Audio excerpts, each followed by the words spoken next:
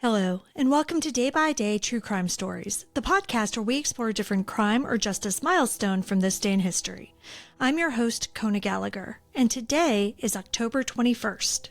On this day in 2014 in Pretoria, South Africa, the High Court was still as Judge Thokozile Masipa stepped back to the bench.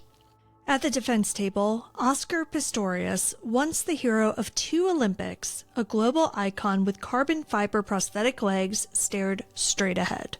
He's been waiting months for this moment. Cameras are focused not on him, but on the woman who will soon decide his fate. There was a pause, and then the verdict came. 5 years in prison for culpable homicide. But that verdict wasn't where this ended. Today, we're talking about the conviction of Olympic legend Oscar Pistorius, the judgment that was heard around the world. Let's get started.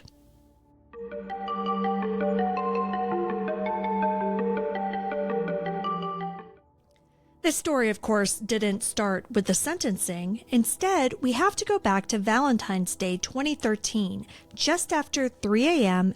inside of a gated community east of Pretoria.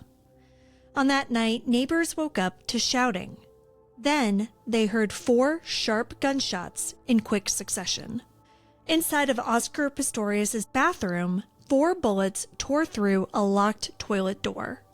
Reeva Steenkamp, a 29-year-old model and law graduate, was struck 3 times, in the hip, the arm, and the head. What happened next was chaotic. Reeva began screaming for help, so Pistorius smashed the door with a cricket bat to reach her. When a neighbor, Dr. Johan Stipp, rushed over, he found the Olympic runner kneeling on the floor, sobbing and praying over Reeva's body. He said, "I shot her. I thought she was a burglar." Paramedics arrived, but it was too late. Investigators traced a trail of blood back upstairs to the bathroom, where they saw a door pocked with bullet holes and splintered panels where he broke through after the firing stopped. Neighbors later testified that they heard a woman's screams before the shots. The defense would argue that those screams were Pistorius himself, realizing what he had done. By sunrise, he was in custody. The next day, February 15th, he stood in court charged with murder. When the televised bail hearing opened a week later, South Africa was glued to every word. The prosecution called it premeditated murder, a Schedule 6 offense requiring exceptional circumstances to get bail. The defense insisted that it was just a tragic mistake. They said that Oscar was just a man who thought he was defending himself against an intruder. After 4 days, bail was granted, but the tone of the case was already set. 2 versions of one night that would define both his life and hers. When the trial opened in March 2014, it became the first in South Africa to be broadcast gavel to gavel.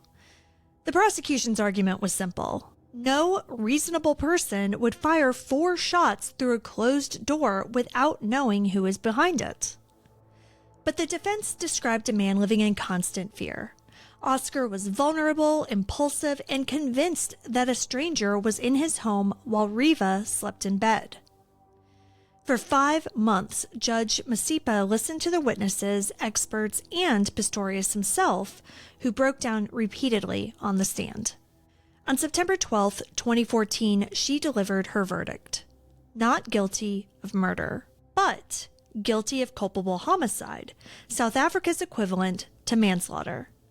She found that Pistorius had acted negligently, that a reasonable person would have foreseen that firing 4 bullets through a locked door could kill whoever was inside. He was also convicted of negligently firing a gun in a restaurant months before the killing, but was acquitted on other firearms charges. Sentencing was scheduled for October. The world waited. On October 21, 2014, Judge Masipa returned to court to hand down her sentence. She rejected the defense's request for house arrest, saying that such leniency would send the wrong message. But she also declined the state's call for a severe term, emphasizing that punishment must be balanced with remorse and circumstance. The sentence she settled on was 5 years in prison for culpable homicide and a 3-year suspended sentence for reckless firearm use. Under South African law, Pistorius could be eligible for release to house arrest after serving just 1/6 of the term, which was about 10 months. Outside of the courthouse, the press crowded the steps. Headlines appeared almost instantly. 5 years for Pistorius. Inside, Reeva Steenkamp's parents sat quietly. There was no celebration, and there certainly wasn't closure. Just the finality of a sentence that could never return their daughter. Public opinion was divided. Some said that the sentence was too light for firing 4 bullets into a small locked room. Others believed that Judge Masipa had applied the law exactly as written.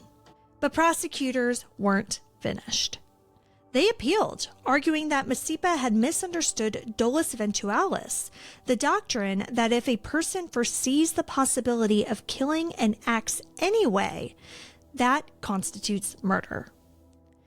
In December 2015, South Africa's Supreme Court of Appeal agreed, overturning the culpable homicide verdict and replacing it with murder. Pistorius returned to court in July 2016, where Judge Masipa sentenced him to 6 years for murder. Prosecutors appealed again, calling it shockingly lenient. In November 2017, the Supreme Court of Appeal increased his sentence to 15 years, crediting time already served, leaving 13 years and 5 months to run. In January 2024, after nearly a decade behind bars, Oscar Pistorius was granted parole. He left prison under supervision to serve the rest of his sentence at home. But his release reopened old wounds. For many South Africans, the case had always been about more than one man. It was about power, privilege, and accountability. And for the Steenkamp family, it was a reminder that justice, even when served, can never erase a loss. Reeva Steenkamp was only 29 when her life was taken from her. She was a law graduate, a daughter, and a friend. Her life and the night she died reshaped the image of a national hero and forced a country to reckon with violence in its most intimate form. On October 21st, 2014, a court sentenced Oscar Pistorius to 5 years for the killing of Reeva Steenkamp. That day closed one chapter of the story and began another about how justice is defined and who it truly serves. Thank you for joining me on today's episode of Day by Day True Crime Stories. If you found this story compelling, please subscribe, rate, and review the podcast. It'll help us grow. And be sure to join me again tomorrow as we explore another significant event in true crime history. Until then, stay safe, and remember that behind every headline is a life worth remembering. Day by Day True Crime Stories is a Little Monster production. Hey, you can do it!